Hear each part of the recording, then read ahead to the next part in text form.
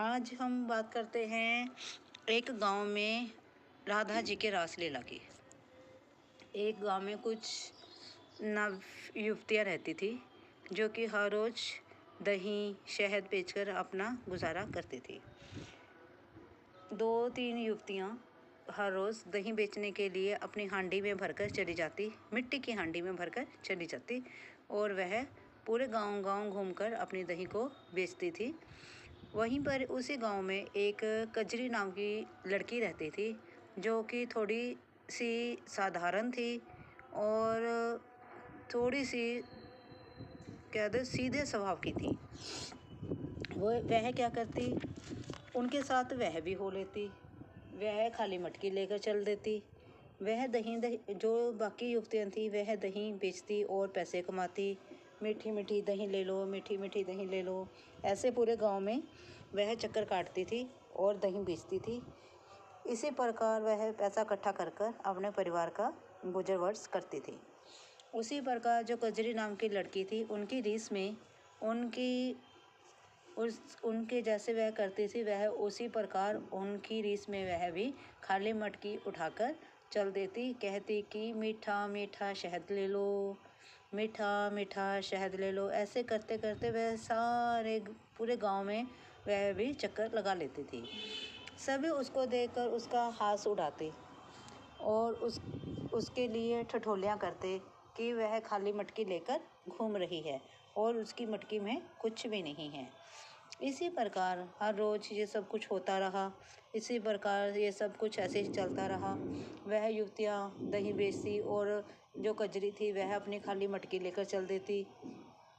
एक दिन उसकी परीक्षा लेने के लिए वह सभी जो लड़कियां हैं मंदिर की सीढ़ियों पर बैठ गई और मंदिर की सीढ़ियों पर बैठकर उन्होंने अपनी दही को बेचना शुरू कर दिया। मीठी मीठी दही ले लो, मीठी मीठी दही ले लो, खट्टी मीठी दही ले लो। इस प्रकार से वह अपनी दही बेच रही थी। वहीं पर पीछे से कजरी आती है और अपनी खाली मटकी लेकर वहीं पर सीढ़ियों पर बैठकर उनकी तरह ही आवाज़ें लगाती है, मीठा मीठा शहद ले लो, मीठा मीठा शहद ले लो। वहाँ पर 2 औरतें आती हैं और उससे कहते हैं, बेटी ज़रा मुझे शहद दो। और उससे वह कहती है कि ये मेरा मीठा शहद है, अगर आप खाओगे तो आनंदित हो जाओगे। वह कहती है, बेटा ज़रा हमें दिखाओ तो सही, हम चक्कर तो देखें कि वह किस प्रकार का मीठा शहद है। कजरी क्या करती है, खाली मटकी में हाथ डालती है और हाथ में जैसे कि झूठ मूठ से हाथ पे शहद रखकर ऐसे चाटने का इशारा करती है और कहती है, ये तो बहुत मीठा है शहद। वह औरतें कहती हैं, ज़रा हमें भी दो।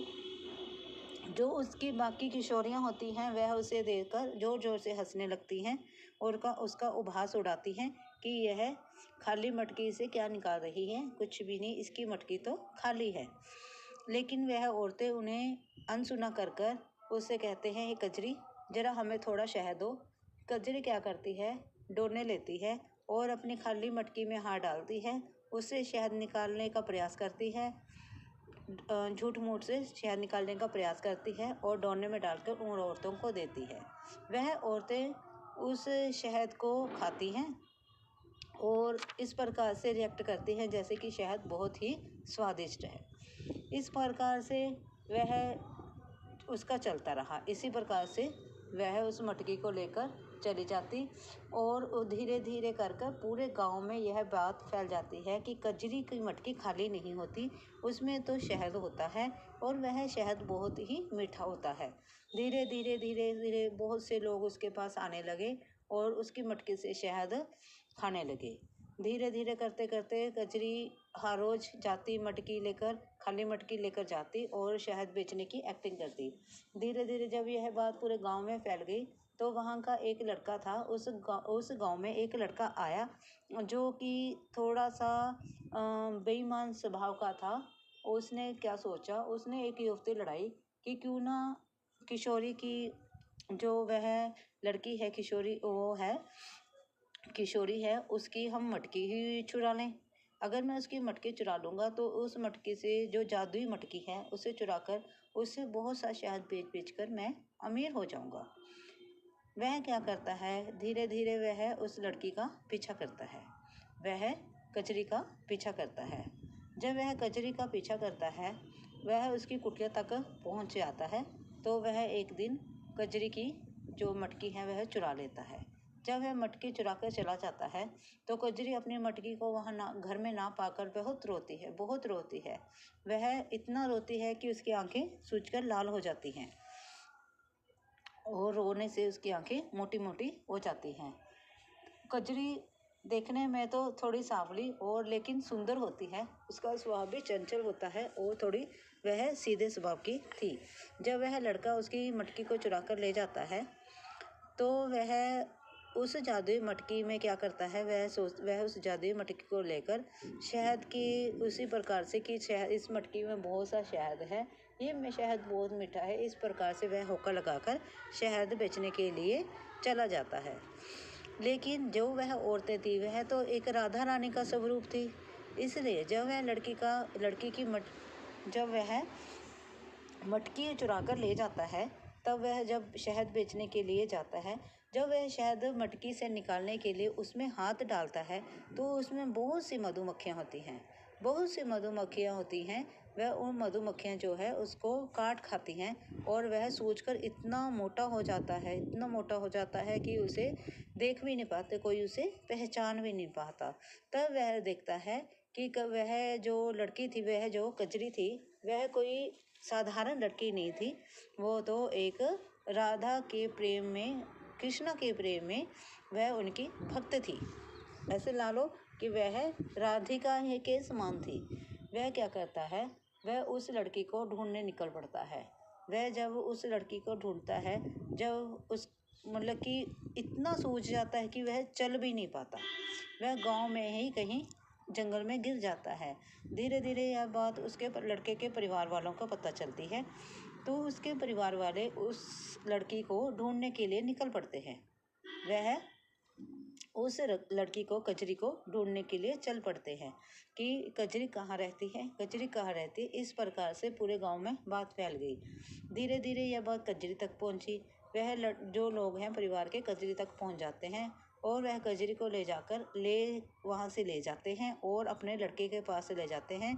जब वह लड़का कजरी के पाँव को हाथ लगाता है, पाँव को हाथ लगाकर उससे क्षमा याचना करता है कि मुझे माफ़ कर दो, मैंने तुम्हारी मटकी चुराई है, मुझसे बहुत बड़ी गलती हो गई है, कृपा करके मुझे माफ़ कर दो। जब वह कजरी से इस प्रकार से क्षमा याचना करता है तो वह पहले की तरह स्वस्थ हो जाता है और उसका जो शरीर सूज जाता है मक्खियों के कारण वह भी ठीक हो जाता है, वह पहले की तरह ही नॉर्मल हो जाता है। इसी प्रकार से जब हम भगवान पर भरोसा करते हैं तो वह भगवान हमारी जरूर रक्षा करते हैं।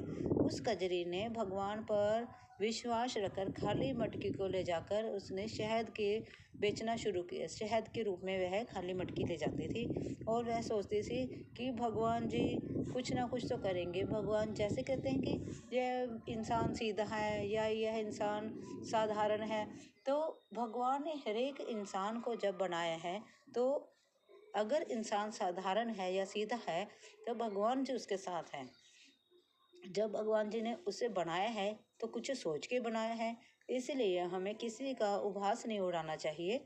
और हर एक इंसान जो भगवान द्वारा बनाया गया है वो किसी भी व्यर्थ तरीके से नहीं बनाया जाता। हर इंसान किसी न किसी कारणवश से इस धरती पर जन्म लेता है। वह अपने पिछले जन्म के कुछ आगे के कर्मों के फलस्वरूप इस धरती पर आता है, अपने अपने कर्मों के हिसाब से पालन पोषण करता है और उनका जो किसी का उधार है, लेन देन है, उनको चुकाता है और इस धरती से रवाना हो जाता है। इसलिए हमें किसी का उपहास ना उड़ाकर प्रभु पर विश्वास रखते हुए उन पर हमें विश्वास रख के उनसे प्रेम करना चाहिए। ईश्वर से प्रेम करो। जब हम ईश्वर से सच्चे मन से प्रेम करेंगे तो ईश्वर कभी भी हमें नीचा नहीं दिखाएंगे और भगवान हमारा हर समय, हर स्थिति में, हर परिस्थिति में हमारा साथ जरूर देते हैं। इसलिए बोलो राधे राधे, राधे राधे। आपका परिवार स्वस्थ रहे और आनंद में रहे। आज हम बात करते हैं भगवान के नाम की महिमा की, नाम जपने की। एक बार की बात सुनाती हूँ मैं आपको। एक बार किसी गांव में एक साधु थे। वह दिन रात राम नाम की महिमा गाते रहते थे। राम राम श्री राम सिया राम, जय जय राम, राधे श्याम, राधे कृष्णा, राधे कृष्णा, हरि ओम, हरि ओम, ओम नमः शिवाय, ओम नमः शिवाय। इस प्रकार वह हर समय जाप करते रहते, दिन रात जाप करते रहते थे। और उसके यहाँ हर टाइम संगीत बजता रहता था। राम नाम का संगीत हर टाइम चलता रहता था, दिन में भी और रात में भी। वहाँ आस पड़ोस में जो लोग रहते थे, आने जाने वाले सभी लोग उनसे बहुत परेशान हो गए थे कि इनके घर में हर समय संगीत बजता रहता है और ये सारा दिन राम राम की लट लगाए हुए हैं। और सभी उनको देखकर परेशान हो जाते थे कि ये एक समय भी ऐसा नहीं होता जब ये शांत हो, तो ये हर टाइम राम राम की रट लगाए हुए हैं। एक दिन तो एक व्यक्ति वहाँ पर झगड़ने के लिए आ गया और उनसे कहने लगा कि आप क्या सारा दिन सारी रात राम राम की रट लगा के रखते हैं, आप सोते ही नहीं हैं, हमें भी सुख चैन से सोने दीजिए और आप भी सोइए। हमें तो शांति नहीं है, हमारे बच्चे स्कूल जाते हैं, हम काम पे जाते हैं, हमें परेशानी होती है। आप अपनी वाणी को विश्राम दीजिए और राम नाम को छोड़कर आप अपना काम करिए। आप काम धंधा करिए, दो पैसे कमाएं और बच्चों को भी खिलाएं, खुद भी खाएं। इसी प्रकार हमको भी कार्य करने दीजिए। हम तो कार्य करने वाले इंसान हैं, हाथ से मेहनत करते हैं और अपने बच्चे की रोजी रोटी के लिए उनका पेट पालते हैं। इस प्रकार से वे कुछ लोग उनसे लड़ने झगड़ने लगे। तब उस व्यक्ति ने उनसे कहा कि जिस दिन आप सभी को राम नाम की लट लग जाएगी, राम नाम का अनंत में रस आपके कानों में घुल जाएगा, आपके दिमाग में घुल जाएगा, उस दिन आपको महसूस होगा कि राम नाम कितनी मिठास है और कितना सुंदर, कितना अद्भुत है। इस प्रकार से आप राम नाम का जाप करो और अपने जीवन को आनंदमय बनाओ।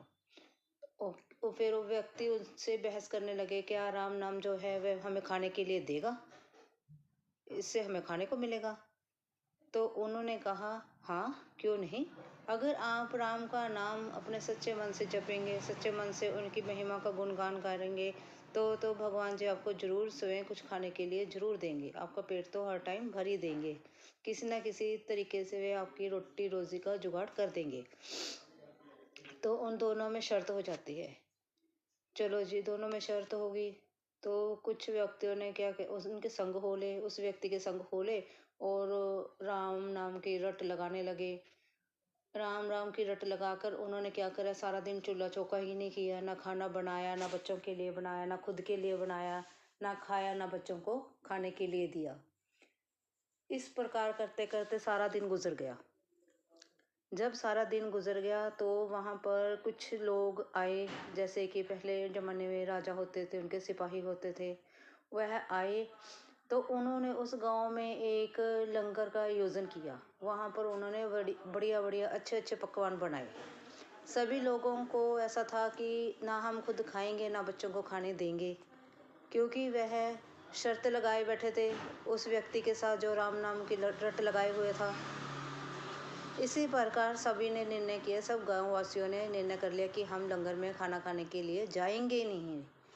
जब राजा ने पूरे गांव में ढिंढोरा पिटवा दिया, पूरे गांव में अनाउंसमेंट करवा दी कि जो व्यक्ति इस लंगर में खाना नहीं खाएगा उसको मौत की घाट उतार दिया जाएगा।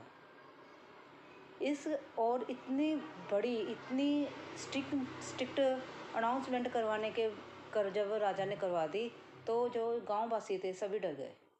वह डर के मारे वहाँ जहाँ लंगर चल रहा था वहाँ गए, उन्होंने लंगर खाया। सभी ने पेट भर लंगर खाया, प्रसाद खाया और उनके बच्चों ने भी खाया।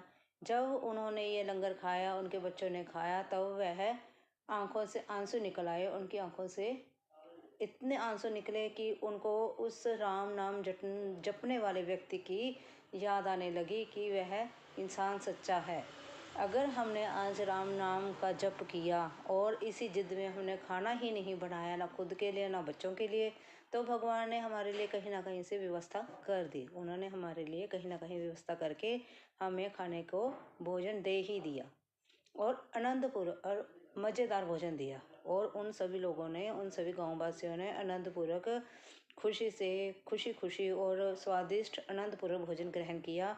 और सभी वह उस व्यक्ति के जो राम नाम के रट लगाता था, जाप करता था, उसके साथ होली। और उस गांव में हर टाइम, सुबह शाम, दोपहर को, दिन ढले, आधी रात, जब भी देखो वहाँ हर टाइम राम राम, जय श्री राम, सीताराम, राधे कृष्णा, हरिओम, ओम नमः शिवाय, इस प्रकार भगवान का नाम जपने लगे वह लोग। और अपना जीवन उन्होंने सार्थक बनाया और सफल बनाया। हमें भी चाहिए कि हम अपने जीवन में कुछ क्षण, कुछ मिनट, कुछ घंटे अपने जीवन में भगवान के लिए निकालें, उनका सिमरन करें। जब भगवान उन सभी को खाने के लिए भोजन दे सकता है, उन सभी के लिए जुगाड़ कर सकता है, तो हमारे लिए क्यों नहीं, हमारे लिए भी कर सकता है। जैसे कि हमने कभी सोचा होगा कि जिस दिन हम सुबह खाली पेट घर से चले जाते हैं, उस दिन हमारे को कभी सारा दिन में भोजन ही नहीं मिलता। सारा दिन इतना मुश्किल हो जाता है कि हमें खाने के लिए एक दाना भी नहीं मिलता। अन्न जल बहुत मुश्किल से उस दिन ग्रहण होता है।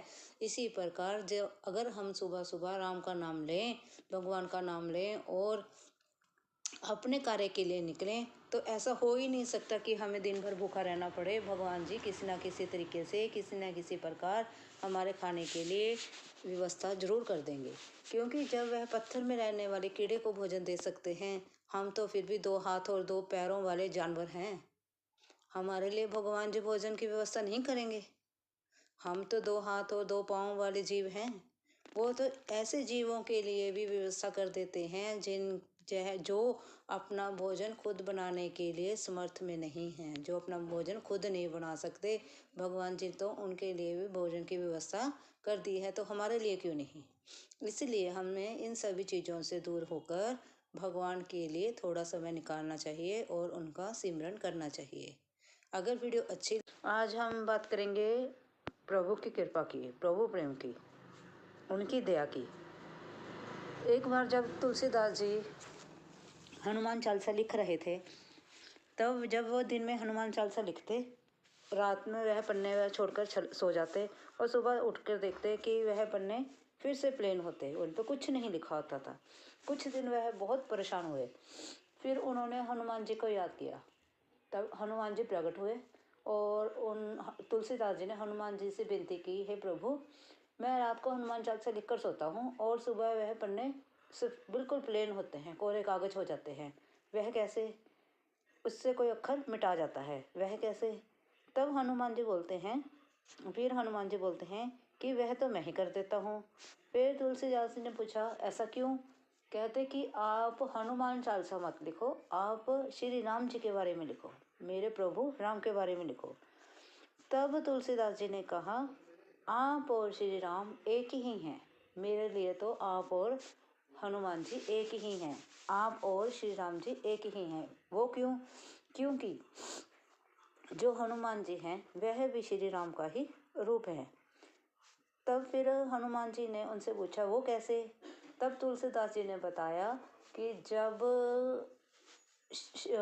राजा दशरथ ने पुत्र प्राप्ति के लिए हवन किया था, तब श्राप के अकॉर्डिंग जब कैकेयी को वह फल मिलना था, तब वह फल माता अंजनी शिव भगवान जी से प्रार्थना कर रही थी पुत्र प्राप्ति के लिए। वह फल कैकेयी को जो मिलना था, वह फल आप माता कैकेयी के हाथों में जा गिरा, जिससे आप पैदा हुए। इसलिए आप और श्री रामचंद्र जी दोनों भाई भाई हैं। और दूसरा, जब आप अशोक वाटिका में गए थे, तब भी माता सीता जी ने आपको पुत्र कहा। और उसके बाद जब श्री रामचंद्र जी ने भी आपको पुत्र की उपाधि दी थी। इसलिए आप और श्री रामचंद्र जी एक ही हैं। इससे हम यह समझ सकते हैं कि भगवान के नज़र में सब एक है। प्रभु प्रेम का वर्णन हम शब्दों में नहीं कर सकते। प्रभु प्रेम अद्भुत है, अनोखा है। एक भगवान का प्रेम अपने भक्त के प्रति जो हम अनुभव कर सकते हैं, वो हम शब्दों में बयान नहीं कर सकते। आप ईश्वर से मन लगाकर देखो।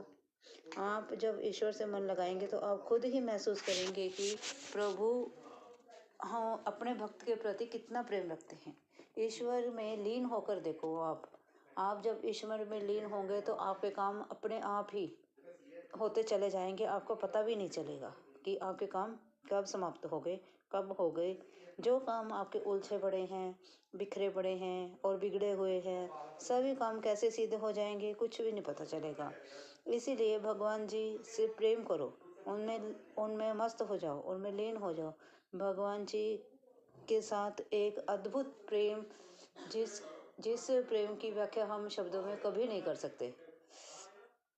अगर आपने भी कभी यह महसूस किया है कि हाँ वाकई ही प्रभु से प्रेम करने में, उनसे प्रभु प्रेम में लीन हो जाने में हमें अद्भुत आनंद महसूस होता है, तो प्लीज़ मुझे कमेंट जरूर करें और मेरी वीडियो को लाइक और सब्सक्राइब। आज हम बात करेंगे कर्मों के फल की। कर्मों के फल, जैसे कि आप सभी जानते हैं, कर्मों के फल के अकॉर्डिंग ही हमें अच्छे कर्म हमारे अच्छे कर्म करेंगे तो हमारे साथ अच्छा होगा। बुरे कर्म करें हैं तो बुरे होगा ही होगा। बुरे कर्मों का फल तो बुरा ही होता है। इसी प्रकार से मैं आपको एक स्टोरी सुनाती हूँ, कहानी सुनाती हूँ। एक समय की बात है जब कुछ बच्चे नदी के किनारे बैठे थे और उनमें से ही कुछ बच्चे जो है उसमें तैर रहे थे, पानी में तैर रहे थे। और एक बच्चा किनारे पे बैठा हुआ थोड़ा उदास था, बैठा था। तो जब भगवान जी वहाँ से निकलते हैं, शिव भगवान और माता पार्वती जब वहाँ से गुजरते हैं, जो पृथ्वी पर भ्रमण के लिए आते हैं, उस समय वह देखते हैं कि बच्चा नदी के किनारे उदास बैठा है। पार्वती जी शिव भगवान जी से बोलती हैं कि यह बच्चा देखो कितना उदास बैठा है, इसका क्या कारण है। भगवान भोलेनाथ कहते हैं, हे पार्वती, ये तो नीति के अकॉर्डिंग ही होता है, मैं नीति को बदल नहीं सकता, ये इसके कर्मों का फल होगा। तो बाकी बच्चे नदी में तैर रहे हैं और खुश हैं और ये उदास मन से किनारे पर बैठा है, ये इसने कुछ ऐसे कर्म किए होंगे जिस कारण ये उदास है। फिर पार्वती जी कहती हैं, हे प्रभु, कुछ ऐसा करो कि ये भी खुश हो, इसको थोड़ी कुछ समय के लिए इसको बाजू दे दो ताकि ये भी तैर सके।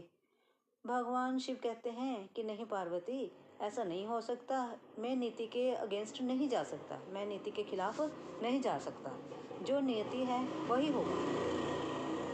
चलो जी, माता पार्वती जी ने फिर कहा, भी भोले शंकर जी, एक बार आप इसको बाजू दे दो। तो भगवान जी कहते हैं, ठीक है पार्वती, जैसे तुम कहते हो वैसे कर देते हैं। तो क्या करते हैं, भगवान शिव उसको बच्चे को बाजुएं दे देते हैं। जब बच्चे की बाजुएं मिलती हैं, फिर वह बच्चा भी नदी में तैरने के लिए उतरता है और सभी बच्चे किनारे पर आकर नदी के बाहर खड़े हो जाते हैं। तो माता पार्वती जी देखते हैं ऐसा क्यों हुआ, ये बच्चे सब नदी से बाहर क्यों आ गए और वह बच्चा अकेला ही क्यों तैर रहा है। फिर वह भगवान शिव से बात करती हैं, हे प्रभु, ऐसा क्यों है, अब वह लड़का अकेले ही तैर रहा है, बाकी सब नदी के किनारे आ गए। फिर भगवान जी शिव भगवान जो हैं माता पार्वती को समझाते हैं, हे पार्वती, ये सब नीति का खेल है, ये सब कर्मों का खेल है, जैसे जैसे जिसके कर्म है वैसा वैसा फल तो भोगना ही पड़ेगा। इस लड़के ने बाजू मिलने के कारण जब ये तैर रहा है तो इसने बाकी बच्चों को डुबोने की कोशिश की पानी में, तो वह बच्चे इस डर के कारण कि हम कहीं डूब ना जाएं, वह नदी से बाहर आकर किनारे पे खड़े हो गए और यह बच्चा अकेला ही नदी में रह गया तैरने के लिए। इसने पिछले जन्म में भी कुछ ऐसे ही कर्म किए होंगे जिसके कारण इसकी बाजुएं इस बार नहीं हैं। इसने इन्हीं बाजुओं से कुछ ऐसे बुरे कर्म किए होंगे, ऐसे कुछ बुरे कार्य करे होंगे जिसके कारण उसे ये सजा मिली है। इसीलिए इसकी इस जन्म में बाजू नहीं है। और जब इसको बाजू मिली तो यह अपने कर्मों के अकॉर्डिंग तो बंधा हुआ था और जो इसने पिछले जन्मों में बुरा किया, कर्मों में बुरा किया, वह ही उसी कारण यह अब भी बुरा कर रहा है। इसने ये नहीं सोचा कि मुझे बाजू मिले हैं, मैं आनंदित हूँ, नहीं, इसने उसी का फ़ायदा उठाकर बाकी बच्चों को ढूंढने की कोशिश की। इसने इस बाजू से फिर बुरा कर्म किया। इसलिए नीति जो होती है वही होता है, नीति के अगेंस्ट हम नहीं जा सकते हैं और जैसे जैसे इंसान के कर्म होते हैं वैसा वैसा ही फल भोगना पड़ता है। जैसे कि कर्म तेरे अच्छे जैसे जैसे कर्म होते हैं वैसा वैसा ही फल होता है। जैसे कि एक कहावत है ना जी, जैसे कि कर्म तेरे अच्छे तो किस्मत तेरी दासी, और नीयत तेरी अच्छी तो घर में ही जमुना काशी। उसी प्रकार या मथुरा काशी लगा लो, एक की बात है। उसी प्रकार हमें अच्छे कर्म करने चाहिए, और अच्छे अच्छे कर्म कर कर हमारे जो भाग्य के जो ग्रंथ हैं, जो हमारी भाग्य की कापी है, उसमें कुछ बुरे कर्म ना आए, हमारे हाथों से कुछ बुरा ना हो, इसलिए हम अच्छे कर्म करें और भगवान की स्याही से हमारे अच्छे अच्छे कर्म ही लिखे जाएं, ताकि आने वाले समय में हमें कुछ भी बुरा ना भुगतना पड़े, और हम अच्छे कर्म करें और प्रभु की निगाह में हम अच्छे इंसान बने, ताकि भगवान जी जब हमारे को लेने आए तो उन्हें ये कष्ट ना हो कि इस व्यक्ति ने कितने बुरे कर्म कर, बल्कि इस प्रकार से उनको कष्ट हो, इस इंसान ने अपने जन्म में बहुत अच्छे कर्म किए हैं, मुझे बहुत दुख है कि मुझे इसे लेके जाना पड़ रहा है, काश मैं इसे ना ले जा पाता। लेकिन फिर भी जो नियति होती है वो तो होगा ही, तो उनको हमें लेके तो जाना ही जाना है, अच्छे कर्म करो चाहे बुरे कर्म करो। लेकिन भगवान जी एक बार सोचने के लिए मजबूर हों कि इस इंसान ने अपने जीवन में बहुत अच्छे कर्म किए हैं। अगर आपको वीडियो अच्छी लगी हो तो इसमें से अगर आपको कुछ भी अच्छा लगा हो, प्लीज़ अपनी लाइफ में ज़रूर आप उसको इस्तेमाल करें और लाइक और सब्सक्राइब। एक बार की बात है, एक ऋषि जो प्रातःकाल उठते ही समंदर के किनारे भ्रमण करने के लिए चले जाते हैं। जब वह समंदर के पास भ्रमण करने के लिए जाते हैं, वहाँ क्या देखते हैं? वहाँ देखते हैं एक व्यक्ति जो है वह एक औरत की गोद में सर रख के लेटा हुआ होता है, और उसके पास ही एक मदिरा की बोतल पड़ी होती है। ऋषि जो है वह सोचते हैं कि कितना ही यह व्यक्ति कितना ही विलासी और कितना ही तामसी है। यह सुबह सुबह ही स्त्री की गोद में सिर रखे लेटा है और शराब पिए हुए है, क्योंकि उसके पास शराब की बोतल पड़ी थी, इसलिए ऋषि ने ऐसा सोच लिया। कुछ ही समय बाद जोर जोर से आवाजें आने लगी, बचाओ बचाओ की आवाजें सुनाई देने लगी। चारों तरफ ऋषि ने और उस व्यक्ति ने देखा कि आवाजें कहाँ से आ रही हैं। तब देखते हैं कि समंदर में एक व्यक्ति डूब रहा होता है और उसे तैरना नहीं आता है, और वह बचाओ बचाओ की आवाज़ लगा रहा होता है। जो वह व्यक्ति है वह औरत की गोद से उठता है और समंदर में छलांग लगाकर उस व्यक्ति को बचाने चला जाता है। कुछ समय बाद, कुछ क्षण बाद, वह व्यक्ति जो है, वह तामसी व्यक्ति, वह व्यक्ति जो है उस डूबते हुए व्यक्ति को बचाकर समंदर के किनारे ले आता है। जब वह समंदर के किनारे उस व्यक्ति को लेकर आता है, तब ऋषि उसे देखते हैं और थोड़ा हैरान रह जाते हैं कि यह व्यक्ति तामसी या शराबी है, या फिर यह एक भला मानव है। इसके लिए मैं क्या कहूँ। वह जो साधु होता है वह थोड़ा चिंतित और सोच में पड़ जाता है। फिर वह जो साधु है उस व्यक्ति से पूछता है, तुम कौन हो और कहाँ से आए हो? वह व्यक्ति बोलता है कि मैं एक मछुआरा हूँ जो मछलियों को पकड़ने का काम करता हूँ। मैं बहुत सारे दिनों से गया हुआ था मछलियों को पकड़ने के लिए। मैं आज थक हार कर यहीं पर विश्राम करने लगा हूँ, और मेरी माता जो है मेरे लिए यहाँ समंदर के किनारे पानी और खाने की व्यवस्था कर कर लाई है। घर में कोई बर्तन ना होने के कारण मेरी माता मधुरा की बोतल में ही पानी ले आई है। मैं इतना थक गया था, इतना थक हार गया था कितने दिनों के सफ़र के कारण, कि इस प्रातः काल में ठंडी ठंडी वायु के इस वातावरण में, ये आनंदित और सुगंधित ये स्वच्छ वातावरण में मुझे ठंडी ठंडी वायु के कारण मुझे यहीं पर नींद आने लगी, और मैं माता की गोद में ही लेट गया। इस प्रकार से मैं माता की गोद में सर रखकर लेटा हुआ था। तो जो ऋषि हैं वह सोचते हैं कि इस व्यक्ति के प्रति मेरे कितने ही गलत विचार थे, कि मैंने इसके बारे में कितना बुरा सोचा। यह व्यक्ति तो बहुत ही भला निकला जिसने एक डूबते हुए व्यक्ति को बचाया है। इसी प्रकार से हमारा पर्यावरण है, इसी प्रकार से हमारा आला दुआला है, जो कि हमें बिना सोचे बिना परखे ही हमारे लिए जजमेंट लगा लेता है, हमारे लिए अपनी विचारधारा खुद ही निश्चित कर लेता है। हमें किसी भी व्यक्ति को बिना जाने पहचाने उसके प्रति कोई भी विचारधारा नहीं बनानी चाहिए, जैसे कि उस साधु ने बनाई थी।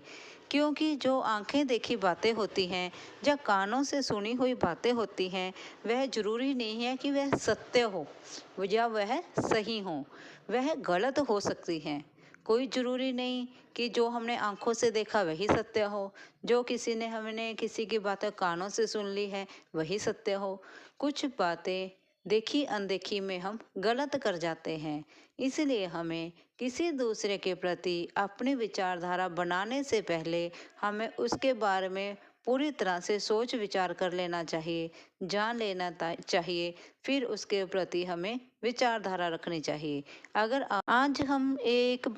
आज हम बात करते हैं एक भिखारी की, जो दर दर जाकर भीख मांगता है। वह व्यक्ति सुबह उठकर भीख मांगने के लिए निकल पड़ता है, और जब वह एक दरवाज़ा ऐसा था जहाँ पर उसने हर रोज़ जाना ही जाना था, वह वहाँ भीख मांगने जाता। और उस घर का मालिक जब बाहर आता तो खूब सारी गालियाँ निकालता और कहता, क्या तुम कमा कर नहीं खा सकते? भगवान ने तुम्हें दो अच्छे हाथ पैर दिए हैं, उसका तुम वर्तों में लाओ और उससे कम मेहनत करो और कमाओ और खाओ। इतना कहता हुआ वह मालिक जो है उसे खूब सारे गालियाँ निकालता और उसे वहाँ से दौड़ा देता, और कभी कभी तो अकेले में उसे धक्का भी दे देता। वह उसके साथ मालिक जो है उस भिखारी के साथ बहुत ही बुरा सलूक करता। और जब वह भिखारी वहाँ से जाता तो वह कहता है, भगवान तुम्हारे पापों को क्षमा करे। इतना कहता हुआ वहाँ से चला जाता। और एक दिन वह उस दरवाजे पर गया और फिर उसका मालिक था, घर का जो मालिक था, वह खूब सारे उसे गालियाँ निकालता है और उसे वहाँ से चलता कर देता है। जब वह भिखारी वहाँ से जाता है तो वह मालिक क्या करता है, उस भिखारी का पीछा करता है कि ये कहाँ जाता है, उसे कौन कौन भीख देता है। जो जो व्यक्ति उसे भीख देता है तो वह उसको भी गालियाँ निकालता है। इस प्रकार से वह जो व्यापारी होता है और वहाँ से वह चला जाता है। इस प्रकार से जब वह व्यक्ति जो मालिक होता है उसका पीछा कर रहा होता है, देखता है कि भिखारी अपने घर पर पहुंच जाता है और उसका घर जो है बहुत ही खस्ता हालत में होता है। टूटी हुई चारपाई पर उसकी पत्नी पड़ी होती है, जो बहुत ही खस्ता हालत में होती है। वह अपनी पत्नी के पास जाता है। उसकी पत्नी कहती है कि तुम आ गए हो, क्या लाए हो? वह कहता है कि मुझे आज कुछ नहीं मिला है, सिर्फ आधी रोटी है, वो भी बासी है, और पैसे तो मुझे कुछ नहीं मिले हैं। वह पत्नी जो है वह आंखों में आंसू भरकर कहती है, चलो जो ईश्वर की मर्जी है। वह आधी रोटी का भी 2 हिस्से करते हैं, थोड़ी थोड़ी दोनों ही खाकर सब्र का घूंट भरकर वह बैठ जाते हैं। और वह जो भिखारी होता है वह पत्नी से कहता है कि कभी वो दिन याद करो जब हम बहुत ही शाहूकार होते थे और हमारे घर पर लोग भिखारी मांगने आते थे, तब मैं उनको कितनी ही बद्दुआ देता था। और वह भिखारी हमें उस बद्दुआओं के बदले में वह कहता था कि तुम्हारा भी कभी ना कभी तुम्हें यह दिन देखना पड़ेगा। इस प्रकार कहता हुआ वह भिखारी वहाँ से चला जाता था। उस भिखारी की वह बद्दुआ जो हमें लग गई है, और हम कहाँ से शाहूकार से आज हम भिखारी बन गए हैं। लेकिन आज जो समय है, मैं किसी को भी बद्दुआ नहीं देता हूँ। अगर मुझे लोग गालियाँ देते हैं तो मैं कहता हूँ, भगवान तुम्हारे गुनाहों को माफ़ करे। इतना कहता हुए मैं वहाँ से चला जाता हूँ। जो वह मालिक होता है वह छुपकर उनकी बातें सुन रहा होता है। अगला दिन आता है, तब भिखारी फिर उसके दरवाजे पर भीख मांगने जाता है। तब वह व्यापारी जो होता है, वह मालिक जो होता है, उसे गालियाँ नहीं देता है और उसे आदर से उसके लिए जो रोटी वह पहले से ही निकाल कर रख देता है वह उसे देता है, और दाल सब्जी भी देता है और पीने के लिए पानी भी देता है। और उसकी बातें सुनकर जो वह रात को उसकी चुप कर बातें सुनता है, उस बातों का उस व्यापारी पर असर होता है। तो वह व्यापारी आंखों में नम आंखों के साथ उस भिखारी को खाने के लिए देता है, और भिखारी जो होता है उसका बदला हुआ रूप देखकर वह हैरान हो जाता है और वह वहां से लेकर चला जाता है। खुशी के मारे भिखारी का तो ठिकाना ही नहीं रहता। इसी प्रकार से हमें इस कहानी से यही शिक्षा मिलती है, किसी की बद्दुआ ना लो। किसी की अपशब्दों का आप पर बहुत ही असर होता है। अगर किसी की बद्दुआ हमें लग जाए तो बहुत कुछ बदल सकता है।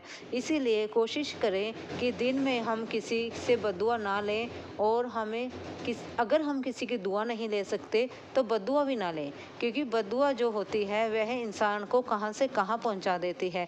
करोड़पति को भी मिट्टी में मिला देती है। बद्दुआ बहुत जल्दी काम करती है। अभी जहां तक दुआ जो हम लेते हैं 100 में से 1 इंसान की दुआ हमें लगती है, लेकिन बद्दुआ जो है वह जल्दी वर्क करती है, जल्दी ही काम करती है। इसलिए कोशिश करें कि हम अगर किसी का भला नहीं कर सकते तो किसी का बुरा भी ना करें। कहीं हमें किसी की अगर बद्दुआ लग गई तो हमारा कुछ भी नहीं बचेगा। इस कहानी से तो हमें यही शिक्षा मिलती है, अगर भगवान ने हमें कुछ दिया है तो अगर हम किसी की मदद करना चाहते हैं तो करो, अगर नहीं करना चाहते तो किसी की बद्दुआ मत लो।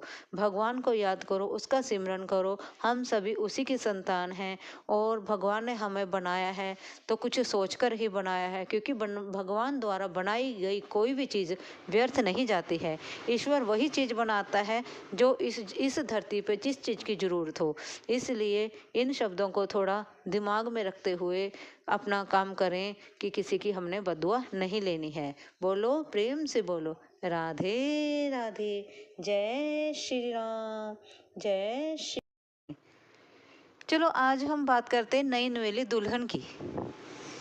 जब एक दुल्हन शादी के बाद ससुराल में जाती है, उसके ससुराल में जब रसोई का पहला दिन होता है तब उसकी दशा कैसी होती है।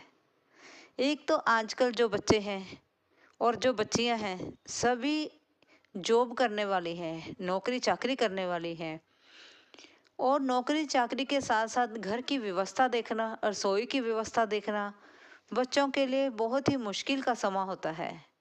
और शादी के बाद पहली रसोई तो और भी मुश्किल है, जिसमें वह इस मुश्किल में रहती है, इस नर्वस में रहती है कि ना जाने उससे क्या गलती हो जाए। सास ससुर से, सभी घर वालों से उसे डांट पड़ेगी। चाहे आज का समय बदल गया है, आज का युग बदल गया है, क्योंकि सभी जो सास ससुर हैं, जो घर के हैं, उन सभी को पता है कि बच्चे नौकरी चाकरी करने वाले हैं। अगर उनसे कोई गलती हो गई है तो कोई कुछ नहीं कहता, लेकिन फिर भी एक डर के कारण, एक डर से वह रसोई संभालती है। जो उसकी रसोई का पहला दिन है वह तो उसके लिए बहुत ही मुश्किल से भरा होता है।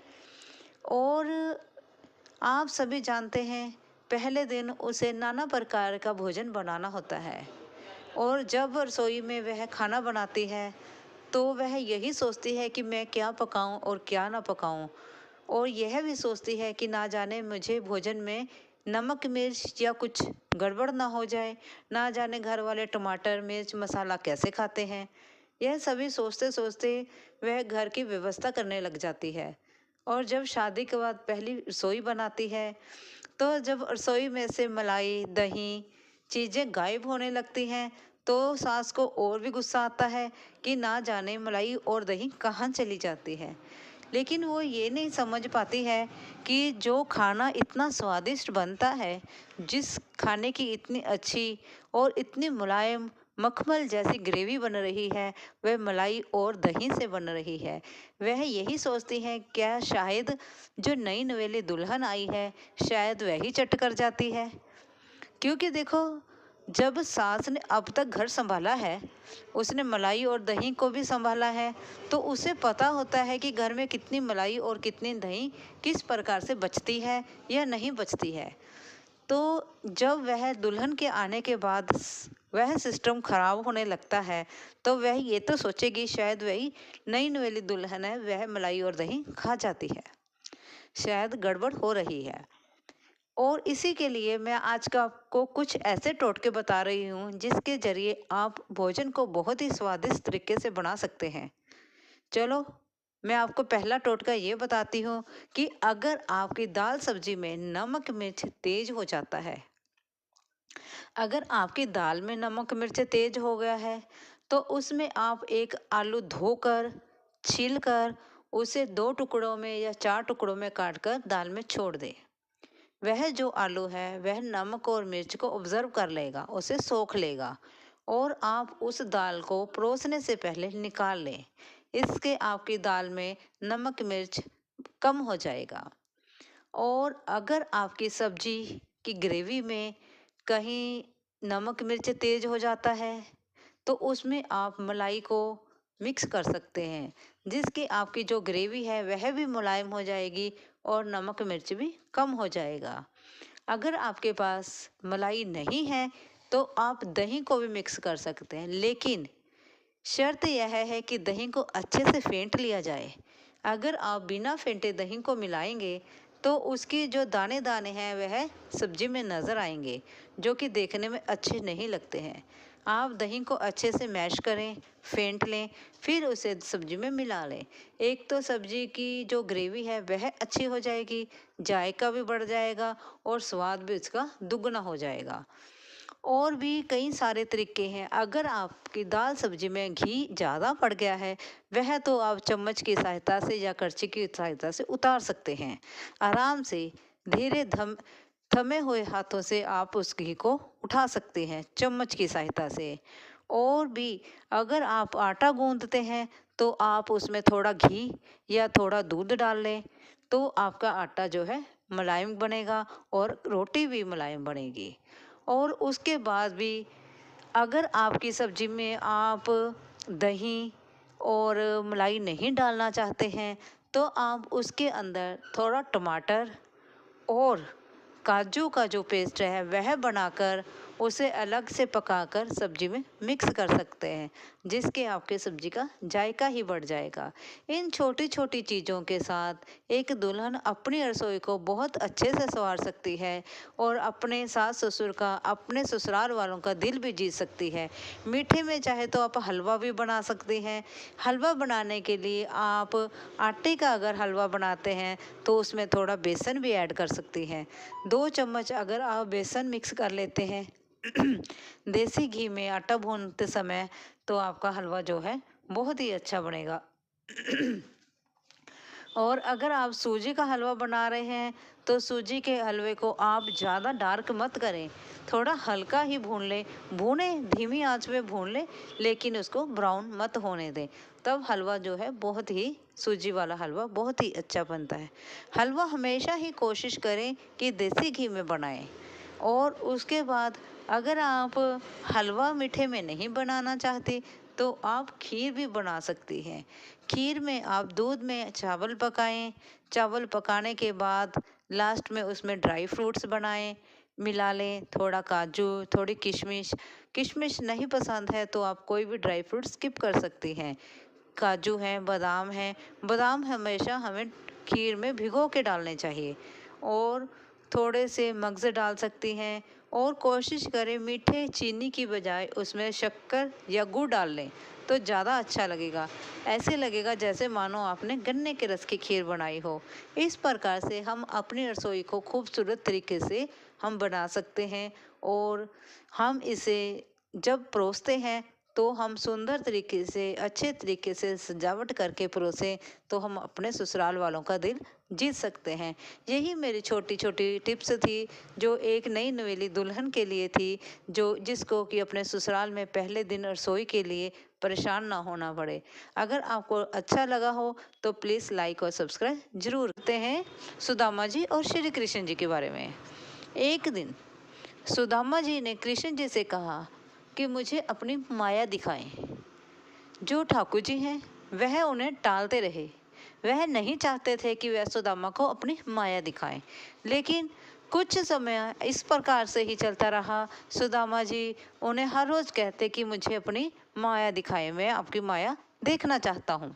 एक दिन तो सुदामा जी ने कृष्ण जी के पांव पकड़ के छोड़े ही नहीं कि मुझे सखा, मुझे माया दिखाएं। कृष्ण जी कहते हैं जब समय आएगा मैं तुम्हें माया दिखा दूंगा।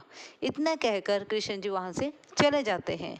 एक दिन कृष्ण कहते हैं चलो सुदामा, आओ नदी में स्नान कर कर आए। कृष्ण जी सुदामा जी को ले जाते हैं स्नान करने के लिए। नदी किनारे जाते हैं। जब वह स्नान करने के लिए पानी में उतरते हैं और जब सुदामा जी पानी में उतरते हैं वह देखते हैं, और कृष्ण जी भी साथ में उतरते हैं, वह देखते हैं, सुदामा जी देखते हैं कि जैसे कि पानी में बाढ़ आ रही होती है। और जैसे ही वह एक डुबकी लगाकर ऊपर आते हैं, वह देखते हैं कि कृष्ण जी तो पानी से बाहर आ गए हैं और कपड़े पहन रहे हैं, पीताम्बर पहन रहे हैं। लेकिन सुदामा जी को क्या लगता है जैसे कि बाढ़ आ रही है, और वह फिर से डुबकी लगाने के लिए अंदर चले जाते हैं। जो ही वह अंदर जाते हैं, वह क्या देखते हैं कि कुछ अद्भुत सा होने लगता है। उसे उन्हें ऐसे लगता है जैसे कि वह नदी से बाहर आ गए हों, और बाहर एक हथनी खड़ी है जो कि हार लिए खड़ी है। वह सुदामा जी के गले में हार पहना देती है। और वहाँ के जो गांव वासी होते हैं, वह कहते हैं कि अब हम आप हमारे राजा बन गए हैं। सुदामा कहते हैं वह कैसे? लोग कहते हैं कि हमारे राजा की मृत्यु हो गई है। यह हथनी जिस किसी को भी हार पहना देती है, वह हमारे राजा बन जाते हैं। इस प्रकार से सुदामा जी राजा बन जाते हैं। जब वह राजा बनते हैं तो महल में चले जाते हैं। सुदामा देखते हैं, क्या मैं राजा बन गया हूँ और मेरा इतना बड़ा महल है। और उनका राजकन्या के साथ शादी हो जाती है। शादी भी हो जाती है। फिर कुछ समय बाद उन्हें ऐसे लगता है जैसे कि मानो कि उनकी जो पत्नी होती है, वे बीमारी से ग्रस्त हो जाती है और उनकी मृत्यु हो जाती है। जो काल है उन्हें अपनी आहोश में ले लेता है। इस प्रकार से सुदामा जी रोए जा रहे हैं, रोए जा रहे हैं। गांव वाले उन्हें कहते हैं, हे राजन, आप इस गांव के राजा हैं। इस गांव में सुख दुख चलता आता है, मृत्यु जीवन यह भगवान की माया है। हमें इसमें मोहित नहीं होना चाहिए, हम इससे प्रभावित नहीं होना चाहिए। लेकिन सुदामा जी रोए जा रहे हैं। वह देख रहे हैं कृष्ण जी की आंखों में आंसू नहीं है। इस प्रकार से जब वह रोए जा रहे होते हैं और उन्हें उनकी पत्नी को संस्कार के लिए ले जाया जाता है, तो सुदामा जी को कहा जाता है, चले सुदामा जी, आप उन्हें अग्नि दे दीजिए। लेकिन सुदामा जी जो होते हैं वह कहते हैं कि पत्नी को अग्नि देने से पहले मैं स्नान करना चाहता हूँ। तो जो राज महल के जो उनके सेवक होते हैं, वह सुदामा को नदी के किनारे ले जाते हैं और उन्हें स्नान कराने के लिए, जब वह स्नान करने के लिए सुदामा नदी में उतरते हैं, वह देखते हैं कि डुबकी जैसे ही लगाने लगते हैं और वह देखते हैं कि कृष्ण जी जो हैं पीताम्बर पहन रहे होते हैं। और फिर जब वह नदी से बाहर आते हैं स्नान करने के बाद, वह देखते हैं कि सब कुछ पहले की तरह ही हो जाता है। कोई राजमहल नहीं होता, कोई पत्नी नहीं होती, कोई अग्नि संस्कार नहीं करना होता, कुछ नहीं करना होता। तब वह समझते हैं कि यह तो कृष्ण की माया है। तो वह कृष्ण जी को कहते हैं कि कृष्णा सखा, ये तुम्हारी कैसी माया है। तब कृष्ण जी उन्हें समझाते हैं कि मेरी माया है, मेरी सब कुछ मेरी माया से ही हो रहा है। जीवन मृत्यु सब माया से है। जो मुझसे प्रेम करता है वह मेरी माया को समझ पाया है, मेरी माया से परे है, क्योंकि मेरी माया उसे प्रभावित नहीं करती है। मुझसे प्रेम करने वालों को मेरी माया का कोई डर नहीं है, उन पर कोई असर नहीं करती है। इसलिए हमें श्री कृष्ण जी से, भगवान शिव से, ईश्वर से प्रेम करना चाहिए, उनसे लगाव करना चाहिए, उनकी भक्ति वंदना करनी चाहिए और सत्य के मार्ग पर चलते हुए हमें किसी ज़रूरतमंद की मदद भी करनी चाहिए। क्योंकि अगर हम किसी ज़रूरतमंद की मदद करते हैं तभी हमें ईश्वर मिलते हैं। ईश्वर भी वही कहते हैं कि जीवन मिलने पर अगर हमने किसी की ज़रूरतमंद की मदद ना की तो कैसा जीवन। इसलिए अपने जीवन में एक न एक बार अपने किसी दूसरे के ज़रूरतमंद की मदद ज़रूर करें। अगर मेरी ये छोटी सी कथा